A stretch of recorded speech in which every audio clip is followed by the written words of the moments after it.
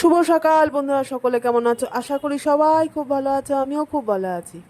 আর আজকে হচ্ছে বুধবার, আর ঘড়ি কাটা ওই 4:20। এখন থেকে ব্লগটা স্টার্ট করেছি। তা যাই হোক, সকালবেলা উঠে আগে ভাবলাম জানলাটা খুলে দেখি বাইরেটা কীরকম ঘুরঘুটে অন্ধকার হয়ে রয়েছে।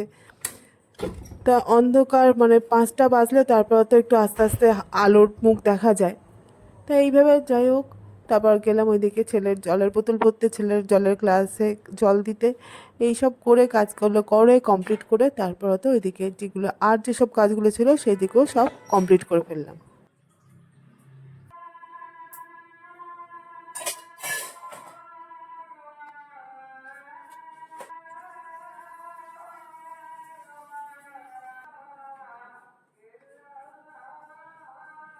বাসি কাজ যেটুকু ছিল সব কমপ্লিট করে চলে আসলাম এদিকে আমার গপুর কাছে। গপুকে তুলে গপুকে স্নান টান করিয়ে তারপর তো রেডি করিয়ে গপুকে বসিয়ে দিলাম।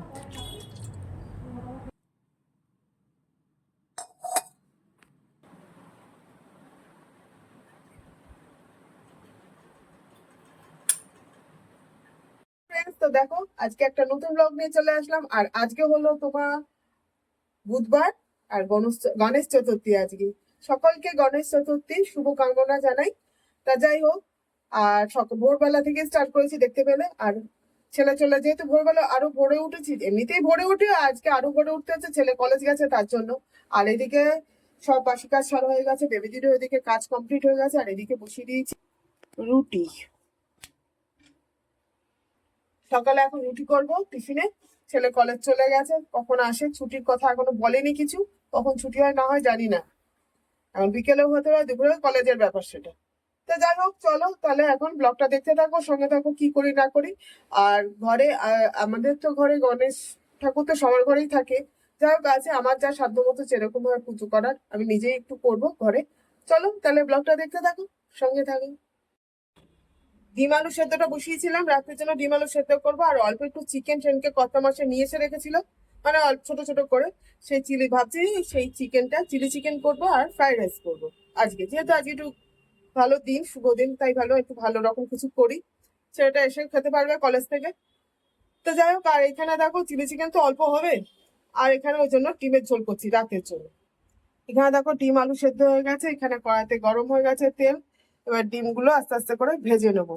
কিন্তু আজকাল এত ডিম ফাটে যে বলার কথা না, সেদিনকে এমন ডিম ফেটেছে আমার এই এই জায়গাটা পুরো ভর্তি হয়ে গেছে। চলো তাহলে, ডিমটা তেলটা গরম হয়ে গেছে। ফোন হাতে নিয়ে ভিডিও করতে করতে ডিম ছাড়তে পারবো না ভাই, কারণ হচ্ছে প্রচন্ড ফাটবে। হ্যাঁ, ডিমটা ভেজে নিই তারপরে আবার আসছি।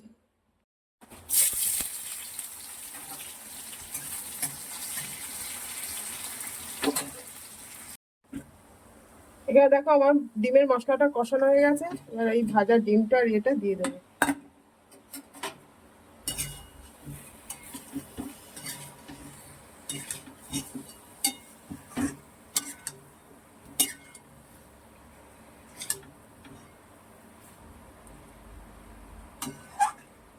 দেখো আমার ডিমের ঝোলটা কমপ্লিট হয়ে গেছে।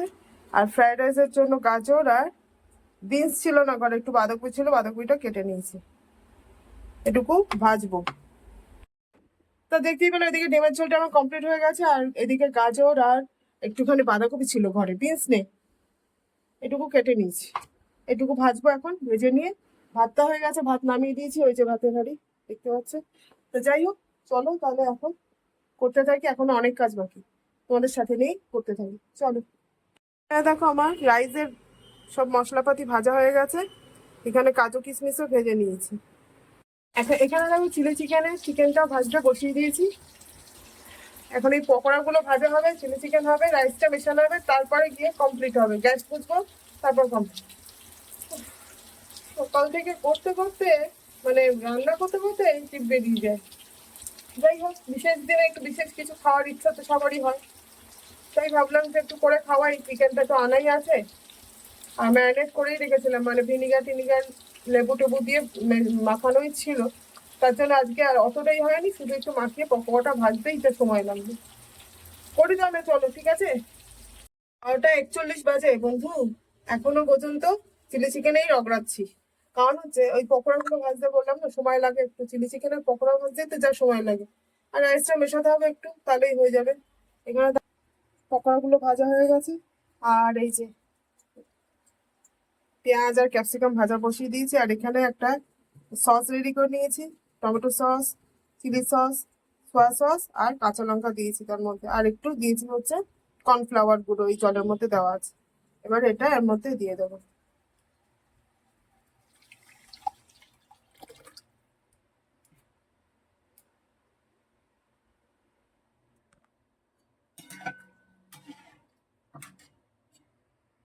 এখানে দেখো আমার চিলি চিকেনটা নেমে গেছে, আর এখানে রাইসের সব মশলাপাতি দিয়ে দিয়েছি, এবার এটা মেশাবো।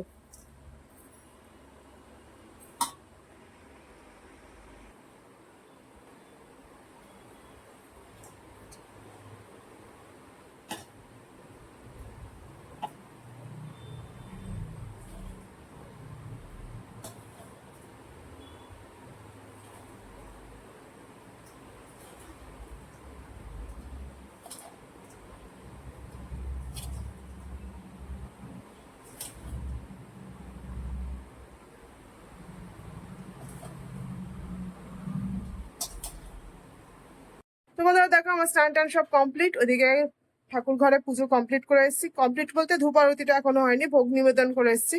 আর এখন এখানে বসাবো গণেশাকে। গণেশার জন্য একটা নিজের হাতে ছোট্ট একটা দুব্বার মালা তৈরি করেছি। তাহলে চলো দেখতে থাকো।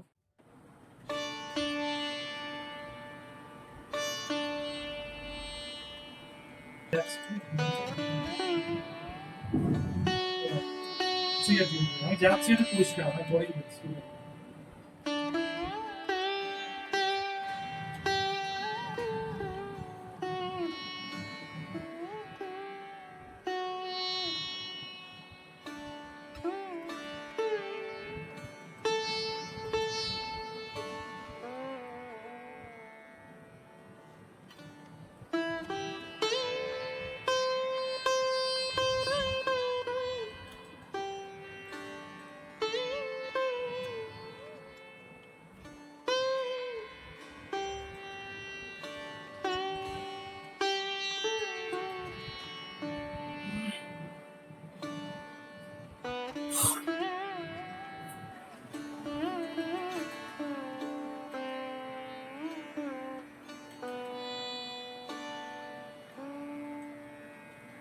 দেখো তো হাত দেখা যাচ্ছে?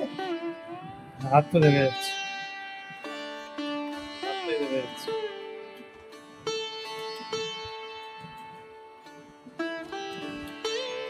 তো বন্ধুরা দেখতে পেলে আমার এখানে গণেশ চতুর্থীর গণেশ পুজো কমপ্লিট। তাহলে চলো ব্লগটা আর বাড়াচ্ছি না, এই পর্যন্তই। সবাই খুব ভালো থেকো, সুস্থ থেকো, অবশ্যই করে আমার পাশে থেকো আর আমার ব্লগগুলো দেখো। আজ তাহলে আসি, টাটা, গণপতি বাপ্পা মোরিয়া।